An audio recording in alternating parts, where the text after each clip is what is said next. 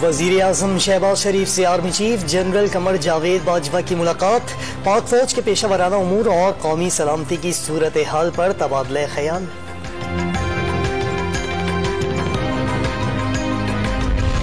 कसीरुल जमाती हुकूमत की 37 रुकनी काबीना ने हल्फ उठा लिया। नून लीग के 14, पीपल्स पार्टी के 9, JUI के 4, MQM के 2, काफ लीग और जमहूरी वतन पार्टी का एक वजीर शामिल। चेयरमैन सेनेट सादिक संजरानी ने हल्फ लिया। वजीर इत्तलात का Pakistan media development regulatory authority और सोशल मीडिया विंग खत्म करने का ऐलान। पिका एक्ट 2016 पर तमाम स्टेक होल्डर्स की मुशावरत से नजरसानी करने का इशारा भी दे दिया। लाहौर हाई कोर्ट में नवाज शरीफ का नाम ECL से निकालने की दरख्वास्त समाअत के लिए मुकर्रर।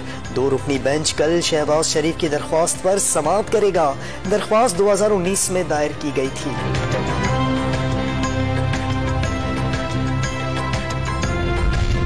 और IMF और पाकिस्तान के मुज़ाकरात आज से शुरू होंगे।